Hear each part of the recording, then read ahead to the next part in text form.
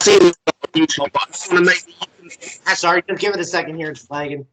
Okay, go ahead again. Sorry. I've seen. I like to think I know why you've done it, but maybe if you could reiterate again your motivations why doing it, and I want to hear from you now. Well, I'm an ex-politician. I wanted to change my country for the better.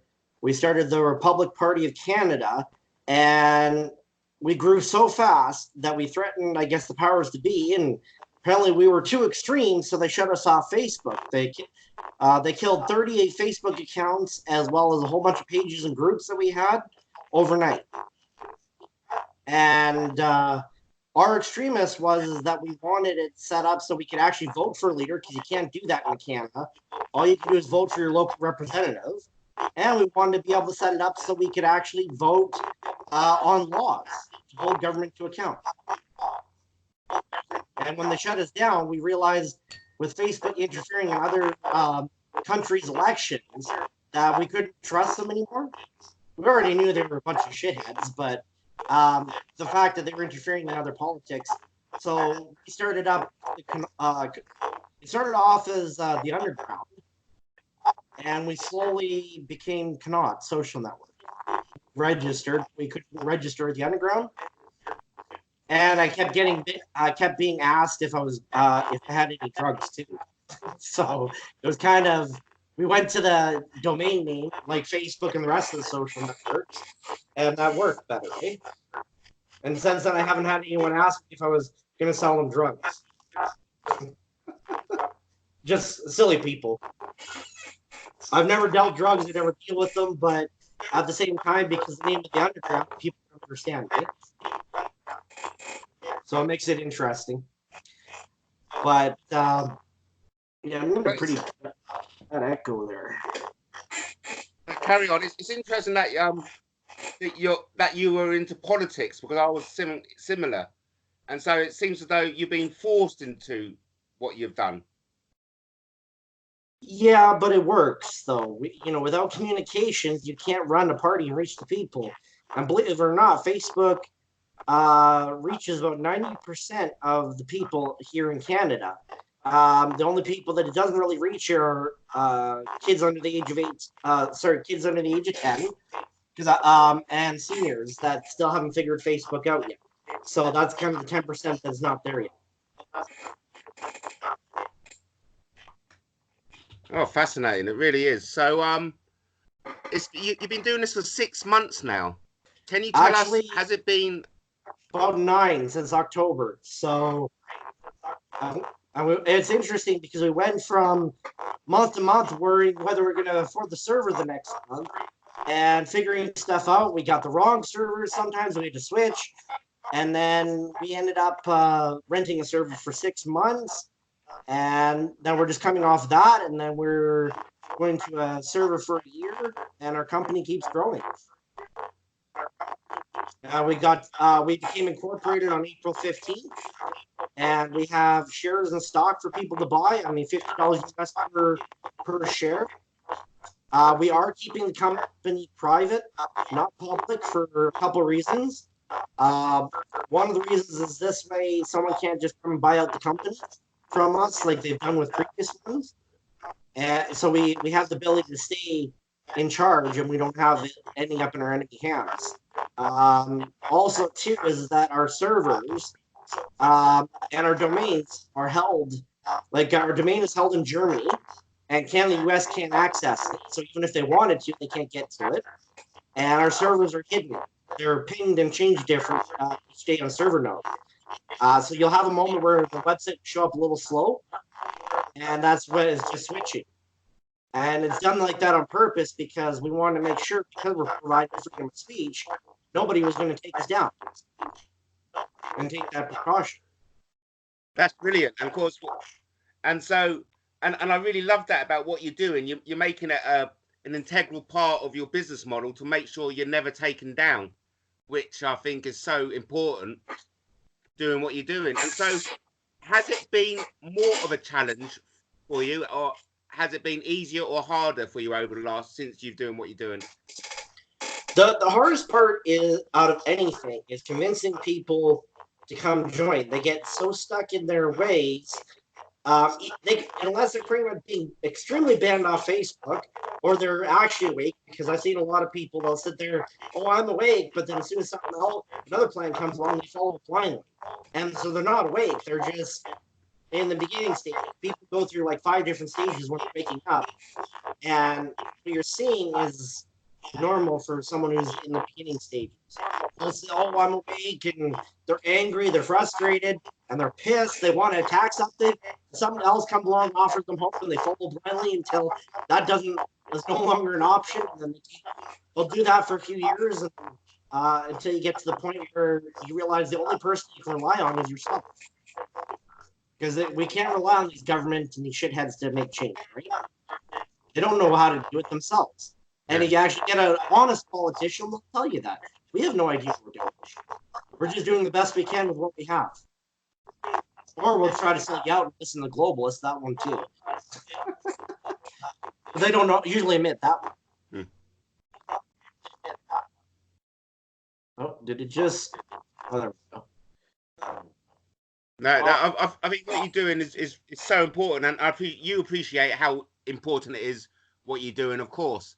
But you made a very good point on one of your videos that Facebook took time to get where it is, and it's going to take Canund just maybe maybe longer, or no. But I think you're definitely moving in the right direction. You are moving upwards. So Scott, can you tell us where the name Canund came from? Well, originally we were going to call the network Canadian Underground. And then we decided, after we got the domain that was short, that it was kind of rude of us as Canadians just to make it offered to Canada. And it'd be almost impossible to keep the rest of the world out. And it would cost too much. And we said, well, it would be kind of bad business practice if, we did. And we know the rest of the world's struggling in the same fight too. So we open it up to the rest of the world. But essentially, it's Can for Canada, and then Under for underground, put together, and that's how we got Canund. And the interesting part is that's actually the native word for Canada. We found that out after. It's like, oh yeah, okay, that's interesting. So it's pretty much Canada, just a native word. And some idiot, when they came to this country back 400 years ago, they made a mistake on the translation. Canada or Canund meant hut, meaning place, not country. I see. That's what it meant. Yeah. So that's kind of why it's funny, because we're using the meeting place for everyone to come meet and have some fun. But I mean, for the most part, it's interesting too, because our only real rules are no pornography, no nude pics, no sex novels, kind of thing. We don't want youth being exposed to that, right? Because people 10 and up can join. And we want to make sure it's a safe environment for youth as well. We have plans down the future to set it up so that way there's almost like 2 different websites for them. But for now, it is what it is. But even then, I mean, I still wouldn't do that either way. And then we also have set up no abuse of staff and admin. And if harassment comes to the point where it becomes criminal, so say someone keeps making new accounts to go harass someone, then we have to get involved. But for the most part, we got rid of the report buttons because I hate the anonymous report shit. So what we've done is you have a block button. If you don't like what people are doing, just block them and move on. But you can't anonymously report them either. However, if someone is breaking the rules, we have customer service where you can go link the account and say, hey, this guy's plastered pornography all over his page. But, we've only had that happen a few times. And so far it's been pretty good. And it's interesting, too, because, on our site, everyone behaves themselves pretty much. It's very rare that we have someone who misbehaves. Compared to Facebook, when you're sitting there, you're being stifled with all these rules and regulations, then you want to fight back against it, right? Whereas you got like free range, you can kind of go do whatever the hell you want as long as you follow the basic rules. Everyone's happy. Oh, it's horrible. But you talk about how horrible you know, reporting is. But and even though you've got no report button on your Canard, you've still had to recently get rid of somebody. So can you tell us a bit about that? And are you going to be the judge of the overall, and how are you going to deal with abusiveness? And like you said, you have already dealt with someone. Well, we had, if someone comes in and they plaster their whole page full of pornography or nude pics, we just get rid of it right away because that's what their intent is. If a member has been there a while and violates that policy, your team does that. You and your team does that independently. Yes, absolutely. It's all manned, and we do have a bot that will raise alarms and then let our team, check that out. Right? We don't. I want that personal touch, so we can verify, right? And we're still treating the bot to, but anything that comes in on the main chain wall, if it has certain keywords, it just sets an alarm for us, and we go and check it out. But there is sometimes it does miss stuff, and people report it as well. So, like I said, it's still learning. But when it comes down to it, it's like a member who has been there a while and maybe posted something they shouldn't have. We usually remove it and just say, hey, look, this is the way it is. You know, please do not post that again. And most of the time they'll respect that. And we usually have we have a page in a group that's hidden for admins and moderators. And so they have to actually take screenshots before and write up something every time they remove something. So it's not like they can go on a banning and kicking spree without explanation. We want to make sure that there was no power of authority and going chaos kind of thing with that too, like Gab does. Anytime they don't like what you're doing, you're off, eh? It doesn't matter. Good. You spoke in that there's been a concerted effort to stop you what you're doing. Can you talk more about that and the difficulties, not so much in the actual data about making the program, but the difficulties of getting us up online and what challenges you've had from outside sources as such? Well, the first part was I suppose gaining the trust of everyone. It wasn't until Vice.com came in and wrote a nasty article about us that on the liberal side that then it pushed all the conservative patriots to our door and okay, yeah, we trust you now. And I don't blame them for not trusting people, right? It takes a lot to do that, and there's a few other little sites too that started up, but by far, I mean, what I do personally sometimes what it takes a whole team to do with a different company. I'm a very smart guy. I usually figure things out pretty quickly. There's a few times where you bang your head on the desk because you're frustrated, but you learn pretty quickly, right? But yeah, there is the liberal side where luckily they haven't seen as much, but we went to great lengths. Even if they wanted to try to do anything, they couldn't do anything. And we also do have backup plans for that as well to make sure that we stay operational, even if they help me in jail. Try to get what they want. So okay, and so Scott, you sorry to interrupt. You obviously rely on people buying shares. Are you confident of money coming in? And has it been an easy experience to get money in? Well, people love buying the Pro Packs because it allows them to have unlimited videos. You can boost posts, and then you get featured up on the top right-hand side. I said that's a feature that Facebook should have offered a long time ago. Is set it up so you show up in your local area up on the top right-hand side, so it makes it easier if you're a hardworking guy and you just want to add friends, but you don't want to sit there go click, right? You just get a pro account and boom, you're there, right? And it's pretty reasonable price too. Oh, good. And so you have a very relaxed style about yourself, and you bring a certain sense of relaxed humor to your YouTubes. Are you planning to continue your YouTube live feeds?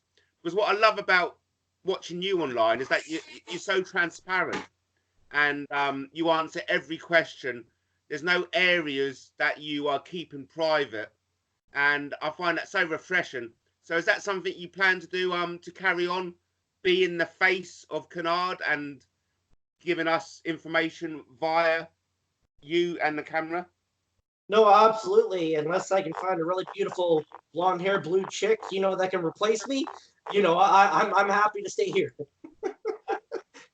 Because in all honesty, someone like that is going to attract a lot more people and it'll bring a lot more business in. But for the most part, I'm good with doing what I do, and I love being straightforward and honest with people.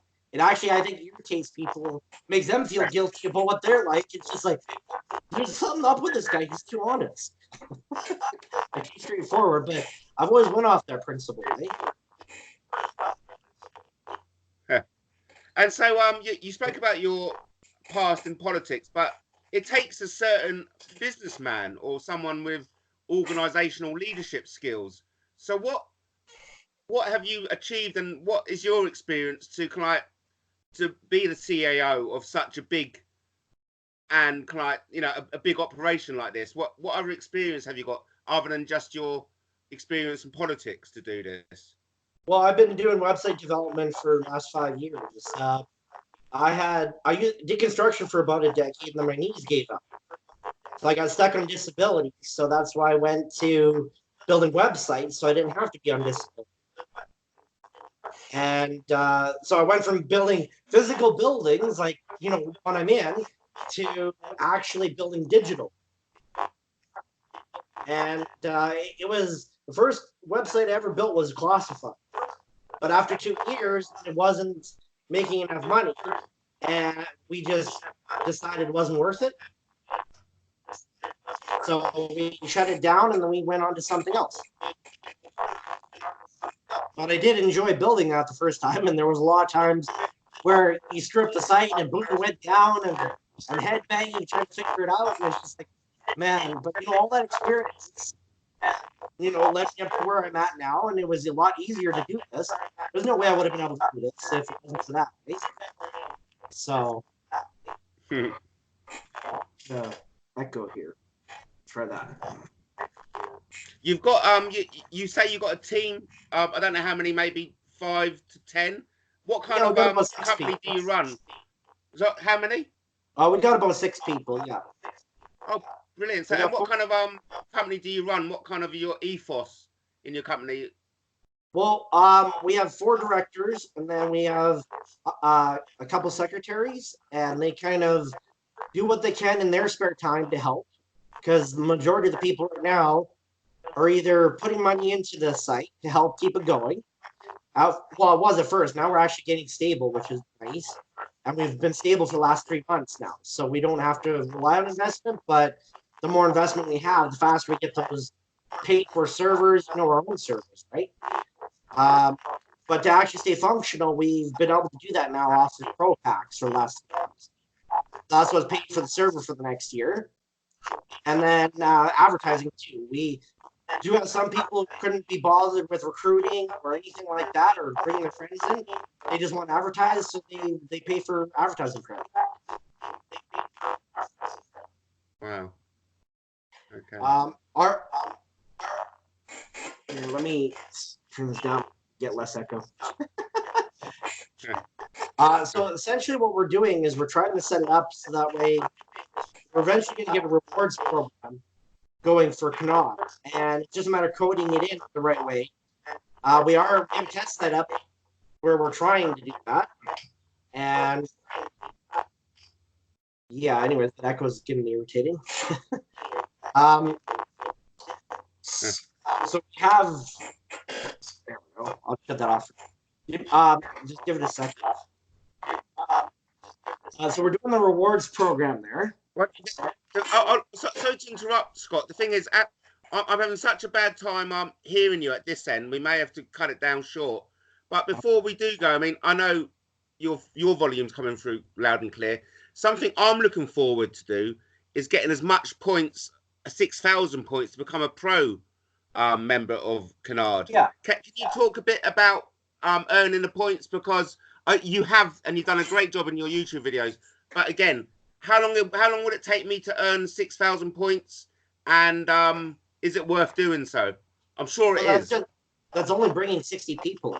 when you got a recruitathon going. Wow. Okay. Yeah, I mean, it may sound like a lot, but I mean, you could do that in a day. If you, we actually put a video or 3 videos on one page there showing how to recruit people. There's the very easy way with using 10K hits, and you can do the referral thing, and that can run in the background without you having to do any effort. And then the second one, we're tagging people in, and that'll get you about 20 people a day on average after about a week of using every setup there. And the third one is just going and interfacing with people.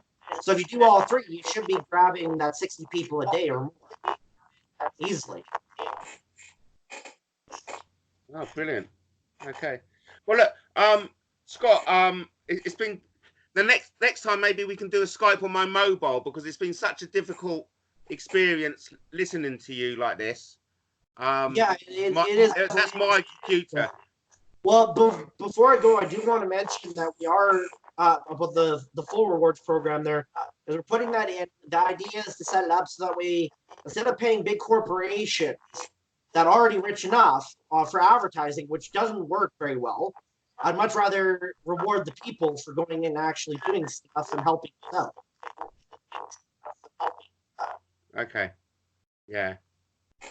Yeah, because I understand there's, you know, it's a work in process as such. And what you gave me some good advice. You said if something isn't happening, just count to 5 seconds, and it usually does happen. And that is actually it works.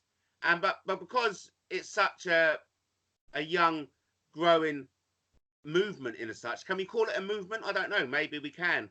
Well, there's always going to be just people wanting freedom of speech, and yeah, I guess you could kind of say it's a movement. I mean, people wanting their freedom and to be able to make the choice, right? I mean, there's a lot of things that I may not agree with people having choices on, but that's their choice to make. Like, I'm not gay, but at the same time, I'll fight for someone's right to get married that's gay.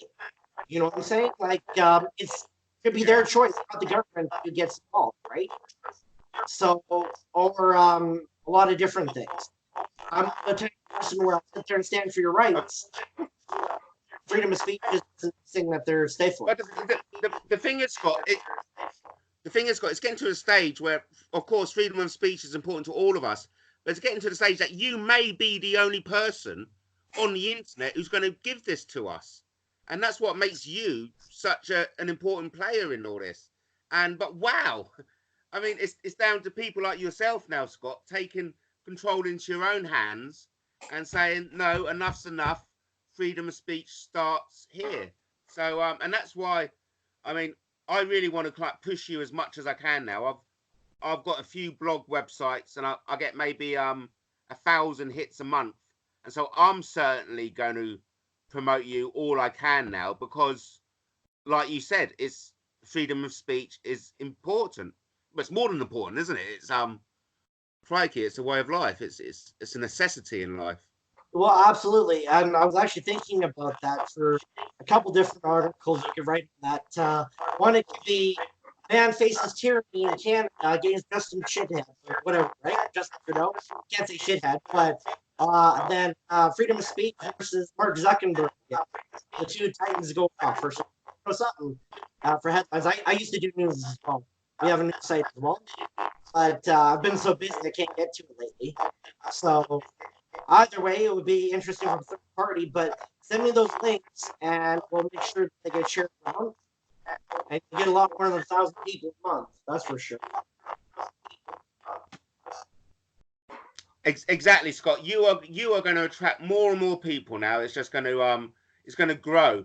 And I like to think I'm from Brighton, UK. I'm just your average guy in the street, and if I found out about it, more and more people are going to find out about it. So I think you've done everything right, haven't you? And you know you have, because I love the quiet confidence in you, and it really does shine.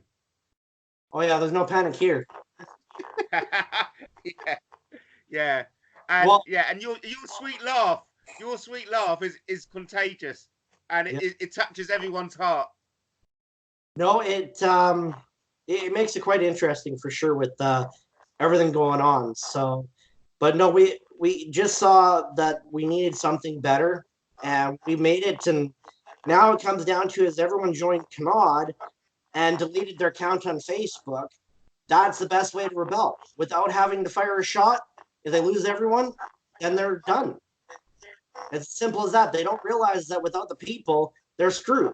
And I think a part of them does, but they treat you like crap because they feel like they're God when they're not. Whereas me, it's like, well, my company will always show respect to people as long as respect is given. If you come up and start swearing at us, we're gonna just bye. Come back when you calm down, right? So settle down and come back and we'll talk, okay? Because there is some people who don't know how to communicate because they were never taught how to do that, right? So when they get frustrated, stressed, they'll go and start yelling and screaming, and they think that's how it goes. Whereas, like, yeah, okay, just calm down, come back, and talk about it later, right? I do plan on down the road is to keep that human presence, through emails for customer service, and then this way people can get help. We do have a help page, so all the basics you need to know about the site are on there. This actually eliminated a lot of customer service needs on basic questions, which came in very handy. And yeah, it's been fun doing this. I always love doing a good news report, especially when it's not Vice sitting there coming in the ground. This is the reason why we do a recording. It goes on both sides, then you can always look back at it too.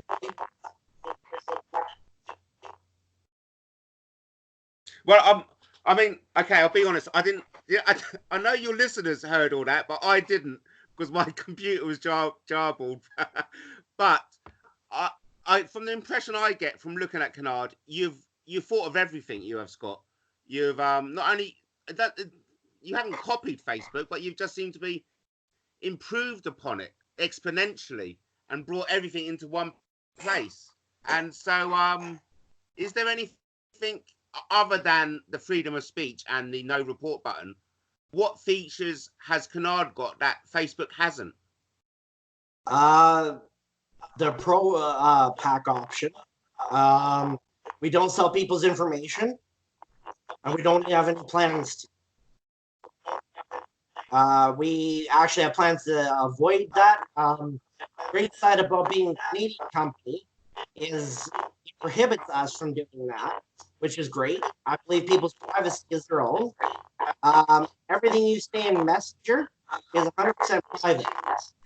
Not even admin can view what you're saying in Messenger. So this avoids the whole spy thing, like Facebook does. They record everything you say. Yeah, because me talking to you has been really easy. In fact, it's easier than Facebook. It feels as if it's more direct. Absolutely. That's something. Yeah, that's something you know about in the code. Yeah, well, we went to great lengths to give privacy, and there's no outside source that, as far as we know, can get in there and actually monitor everything. I mean, if admin could monitor it, then yes, it would leave it open for outside sources to monitor it as well. But since we can't monitor it on private messages because it's your message, right? I mean, who wants to hear what you want to talk about with your wife in a private chat? That is your business, right? Or your family or friends or whatever, right? That's your personal life. Whatever you put out there publicly on your wall is public, right? We can't control that. So the search engines go nuts and happy, and they love the more content we have, the higher the rankings. But we will. That's fantastic because you've definitely put the security at the backbone of Canund, and it's interesting that you go to great lengths to keep your server jumping around the globe to make sure no one can pinpoint you. And again, that really illustrates your, you seem to be very, very serious about maintaining this privacy, which is rare in this day and age. Well, when we first started out, we looked at a few things. First of all, every big corporation that's a social network that has been taken over or is being influenced by a government is either in the United States and keeps their servers in the United States. So it makes them vulnerable, right? For some reason, a country that's supposed to be freedom isn't actually very free. And we see that. Not that Canada's better, mind you, but you have to pay for your privacy down in the United States. Because here in Canada, it's pretty much a God-given right kind of thing. And I'm pretty sure it's up in the UK. Up in the UK, is it privacy mandatory, or is it, or do you have to pay for it?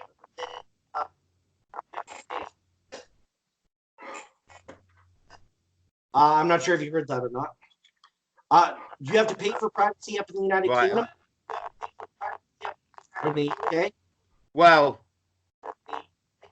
look, it's no use asking me questions, Scott, because Okay. your volume is so I'm just Yeah, I don't asking know generic what it is. questions and letting you answer.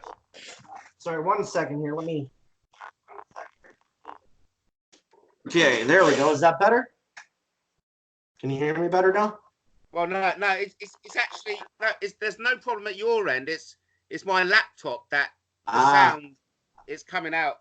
I mean, so next time we'll just do it on my mobile and we'll do it much easier. So okay. I'm kind of like catching every second word of yours. So I'm hearing you jargle. Well, at least you'll be able to hear because we recorded the video here, so that'll come in handy, and that should make it easier for you. But yeah, I mean, hopefully at your end, your viewers can hear it all perfectly. Well, like I was saying there, though, the biggest is there something? The biggest thing we noticed when it came to noticing why companies were having issues later on when they became bigger was because they were an American company and the Democrats were taking them over. I mean, Facebook has been well known to be run by the CIA for a very long time. And then once companies become bigger in the United States, they do the same thing. And so we looked at that and that fact. We will not put our servers anywhere near the United States or even on the continent. We'll make sure that they don't fall into, they're not our enemy, but I mean, in a way, I mean, they're sitting there, they want to use it against us. Like, look what they did to Gab last year. They went and hammered Gab, and then you don't come out from working with the FBI and the Department of Defense and still supposedly offer freedom of speech. They were down for 2 weeks, and they had a letter stating that they were working with the Department of Defense and the FBI.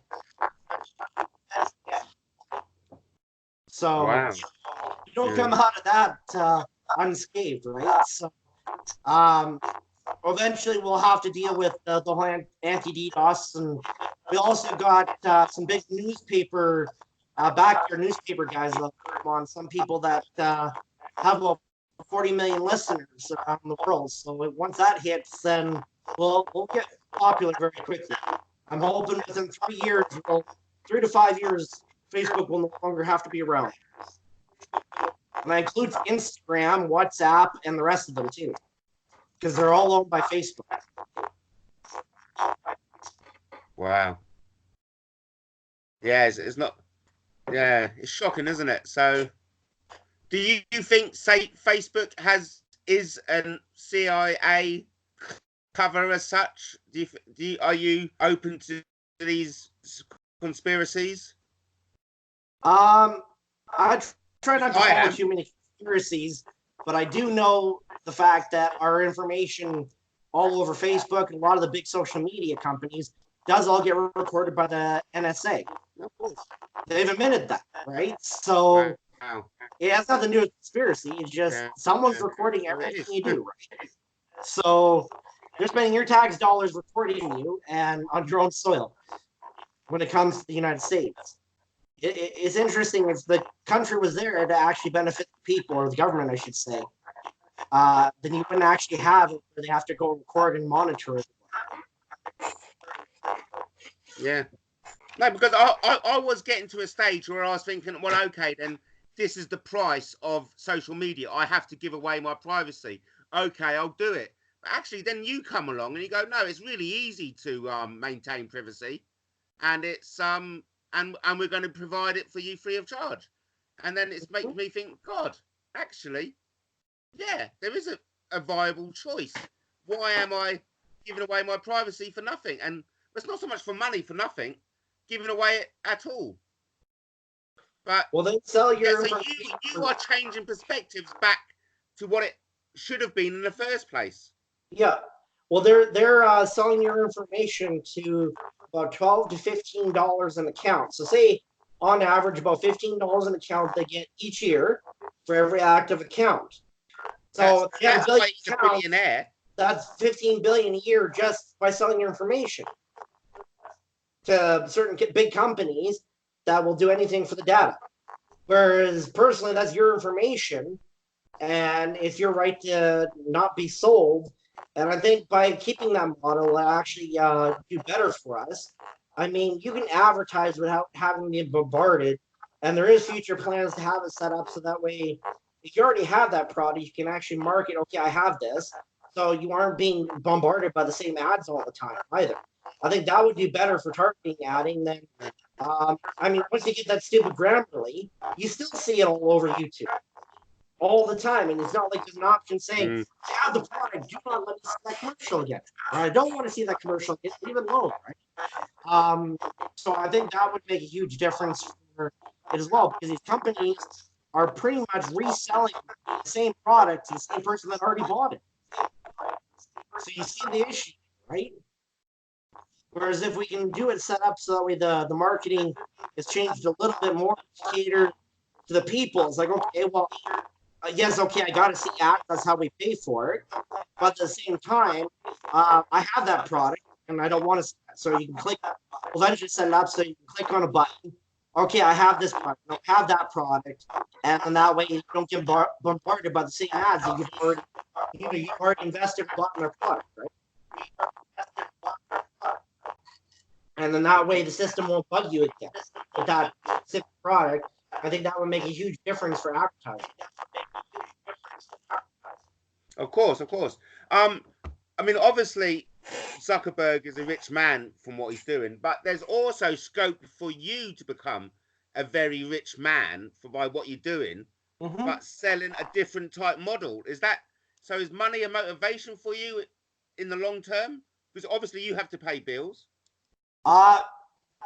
Money is help. To me, it's just a means that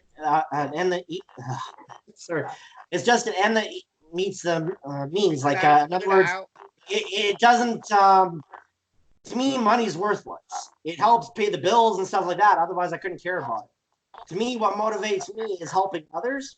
Our company is set up so that way we actually have a charity that we own, and I've been trying to get that up and running for many years. And so 50% of the proceeds from the company go there. And the reason why is because we have a plan to help set up so it ends poverty across Canada. Then once it doesn't here, then we're going to go across the world and do the same thing. So instead of giving a liberal handout and say, yeah, here you go, poor boy, you, and move on, right? And then people come reliant on that system and it doesn't fix the problem. The idea is we're building communities in rural areas where, just like regular community, the only difference has a purpose, and people can actually go there to get help. While they're there, if they need treatment or anything like that, and then they have to participate. So you're required to do 20 to 30 hours of training hours each week that you're there, unless for medical reasons. So say you got hurt or something, then you're down for a couple weeks or whatever. If you got sick, it is what it is. But for the most part, you actually have to participate in order for you to actually stay there. So it's more of like a capitalistic system, more on the pure end. You're helping people back up, but at the same time, they still have to participate in order to get the basic needs there, right? And it's not that hard to do. And I mean, we're not going to let you starve, but at the same time, you have to participate in order to want to stay there in the community. And it's not just a handout. And I think that would go great because after about 2 years, people go in and get good careers in the oil sector, farming, agriculture, everything, right? Anything that we provide on the areas. And we figure about 20% will be successful. And then the other 80% will probably stay behind and live that lifestyle. But the 80% they're staying behind are no longer social services, they're no longer homeless, they're no longer disability. They're there participating, and then they'll continue training others. And we'll keep expanding communities across Canada and then the world one. So this is how you end poverty, pretty much. It's by offering a system that doesn't just give a hand, because it doesn't work. They help temporarily, but unless someone has the desire to make a better life for themselves, unless they see the hope to actually make a better life, they won't. And it's not good. So that's essentially what we're doing with that. But yeah, so essentially we set it up. So 30% goes to infrastructure and upgrade, and 20% goes to shareholders. So all my shares, any dividends that get paid out through to my shares would just go to the CCP program after my basic need for that. And yeah, so I mean, it costs $1,500 a month for me to survive. I'm happy with that. I'm a basic guy, and anything more than that, the company can buy me if I need new equipment or anything like that. Not a big deal, right? But yeah, for the most part, as long as I have food and roof over my head, I'm happy. But I do also want to help others. This is my biggest goal. Good. Scott, you've been celebrating 5,055 members as of yesterday. What is your prediction number for members this time next year? If everything comes into play like we're working on, we could easily be up to 5 million members. I think that's good. If the certain parties don't come in, we might only be in millions. So somewhere between 1 million and 5 million people over the next year. Yeah. Okay. Good call. Look, Scott. What do your parents do? What do your parents do for a living?